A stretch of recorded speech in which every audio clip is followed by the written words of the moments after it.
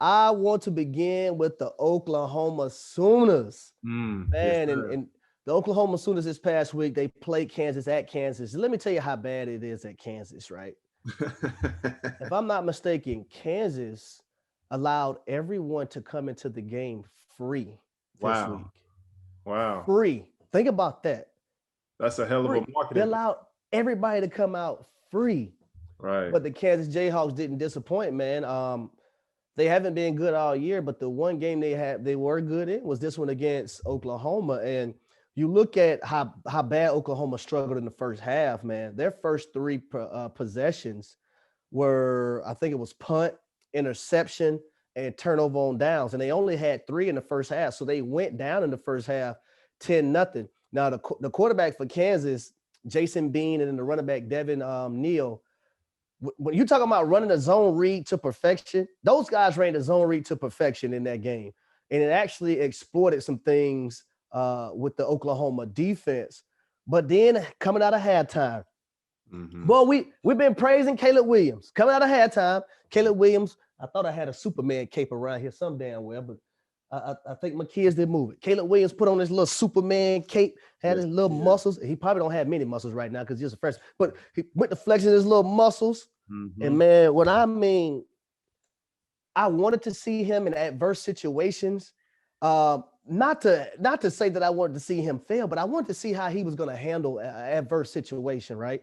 Because you Think making it to about, the level that you made it at, you yeah, understand the importance of that, and it's going to be a lot of that. And in order to make it to yes, that next level, you have to have that with all. So go ahead. yep, 100%. Now, OU coming out of halftime got the ball first. They went down and scored a touchdown. Mm. OU had 5 possessions in the second half. 5 times they scored touchdowns. Mm-hmm. But let me tell you what I was most impressed with Caleb Williams. And this is why I think he has to be mentioned now, even though he hasn't played that much in the Heisman conversation. Mm-hmm. It was 4th and 3. Mm-hmm. 4th and 3. They put the ball in his hands. Guess what the results were? A 40-yard touchdown run. 6. They had 4th and 1 with 3 minutes and 20 seconds to go in the ball game. OU was up 28-23, and the ball was at OU's 46-yard line. This young man had the IQ, the football knowledge, the instincts to take the ball away from his running back, to take the ball from his running back who got stopped for a 2-yard loss at the time, Right. and to take the ball away from him and go get the first down. Man, Cody, I'm gonna say it like this: you can't coach that shit. Nope. Some things you just can't coach. No, sir. Your football IQ, your instincts, understanding the game, living in the moment, doing what you got to do to propel your team to a victory. You can't coach it, because if OU don't get that first down right there, they haven't really stopped. They didn't stop Kansas all game besides the one time, and I got to give a shout out to their defense because they did get a turnover that led to a touchdown in the second half for Oklahoma. Mm-hmm. But if they don't get their stop right there, Kansas has the football at the OU 46-yard line, Yeah. going to score and win the football game. They're going to eat the clock up, and possibly their season is ruined. We know what those odds lead to. Bruh, We know what those odds lead to. yeah. And like you said, Oklahoma didn't force Kansas to punt into the fourth quarter. Yep. Kansas started out strong, 10-0. I felt like Oklahoma didn't realize what time the game was starting. That's the thing with sports. On any given day, that opposing team can bust your ass. And that's why the game is played between the lines. It doesn't matter what Vegas bets or what us people that watch in the media think. You have to get out there and play. And early on from Caleb Williams, it was good to see him struggle, because if you watched Oklahoma up to this point since he's been in there, a lot of the plays they were making were 50-50 plays. It could have went either way. Yep. And more so than not, in the past, they was going Oklahoma's ways. And you seen this past weekend, the first half, those 50-50 jump balls that he was throwing, they was either incomplete or they was picked off by the opposing team. And he had that interception, which the receiver was open at first. He didn't throw it too late. But then he tried to throw it late. But instead of trying to throw it late, he could have threw it to his running back right there in the flat, and his running back would have gained about 25, 30 yards. And but that's stuff he can learn from. The biggest thing for Caleb Williams moving forward It's what a lot of young quarterbacks struggle with. And I would like you to touch on that after I finish this. But a lot of young quarterbacks, we see them going for the home run all the time and not taking what the defense gives them. What I love about Mac Jones in New England is he right now is at a 69 or a 70% completion rate. And it's because he's taking what the defense gives him. When you do that as a quarterback, you give your team a chance.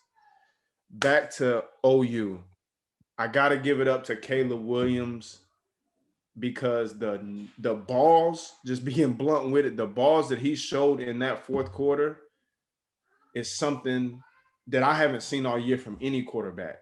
Yeah. And I'm going to throw a comparison out there, and I don't want people to look at the physical. I want people to look at the mindset and the dog that is inside these two young men.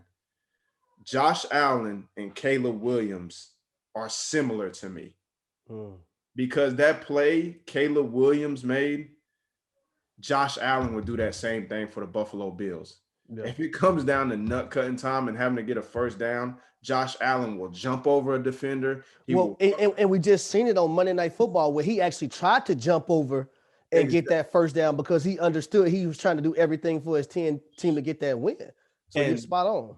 Those two guys, the dog that they just have in them, they remind me like it's like they have the mentality that Michael Jordan and Kobe Bryant had on the basketball court. I don't give a damn what's going on. I'm going to figure out a way for my team to win. Yeah. And you've seen that the other day from that young man. And I just think the sky is the limit for him once he learns how to take what the defense gives him, because that's the only area he's lacking in. Everything else he has. And it happened, and I've seen it multiple times in that game where he's in the pocket just trying to look instead of just throwing it away. And if one time he took a hit on the sideline, I was like, man, just throw the ball away. Listen, just throw it away. Live to play another down. It's okay. But you're right. Once he learns that, I don't know. That young man is special, man. It's you just can't coach some things, man. And you got to give him credit because, and I can't knock him or be too judgmental of him because hell, there's NFL quarterbacks that have won Super Bowls and MVPs. Hell, look at Patrick Mahomes. That's his big thing right now. Same exact thing. And I think it kind of comes with that gunslinger mindset that like, yo, I can make any throw and any play, no matter the circumstances. But as a former receiver that played at the highest level and was damn successful, what is going through your mind when you know you have a quarterback that struggles with that? What's going through your head and how do you try to combat that? I think sometimes everything is about delivery and the way you approach him about it. Like you can't, like I hate when I see receivers on TV, say a quarterback missed a throw or a quarterback throws an interception or something, and they doing all that. See, when I played, we would have fined your ass for that because you showing up the QB. Because number one, you don't know that he has 270, 280-pound men coming to sack him and all the rest that he's under. So you never know what's going on back there in a quarterback's position. Right. So as a receiver, I don't mind a receiver going and talking to his QB about it. Hey, but it's all about delivery and how you deliver that message to him, because you never want him to feel like you're complaining or now I'm a believer in keeping it real, but it's a way to keep it real as well. Right. And I use this analogy all the time. Never get tired of putting money in that bank. That's why Tom Brady's been so successful. That's why Teddy Bridgewater is starting right now over Drew Lock.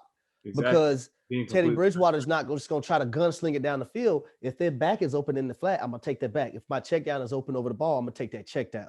Mm-hmm. Support for today's episodes of One-on-Ones comes from Manscaped, the world leader in men's below-the-waist grooming.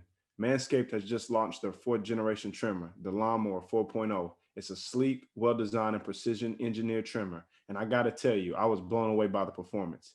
You're speaking to a guy who has had trouble keeping his grass mowed, if you understand what I'm saying. So with that being said, I used the Lawnmower 4.0 and it changed my life. Get yours now. The way that Manscaped engineered the ultimate grown and body trimmer was simple. They focused on intelligent functionality and providing a comfortable grooming experience. The Lawnmower 4.0 is developed with their trademark skin-safe technology, which includes a cutting-edge ceramic blade that reduces snags and nicks. You need to be confident in any tool you use on your family jewels. The Lawnmower 4.0 was developed with their trademark skin-safe technology, which includes a cutting-edge ceramic blade that reduces snags and nicks. You need to be confident in any tool you use on your family jewels. The Lawnmower 4.0 also has a 4000K LED spotlight, an attachment that allows you to change the length of your trim, and a wireless charger. Most importantly, you want to make sure you're not using the same trim on your nuts and your face, because that's just nasty. So head on over to manscaped.com, where you will get 20% off and free shipping with the code ONE. That's ONE, ONE. That's 20% off with free shipping at manscaped.com if you use the code ONE. As a user of the Lawnmower 4.0, trust me when I say your balls will thank you.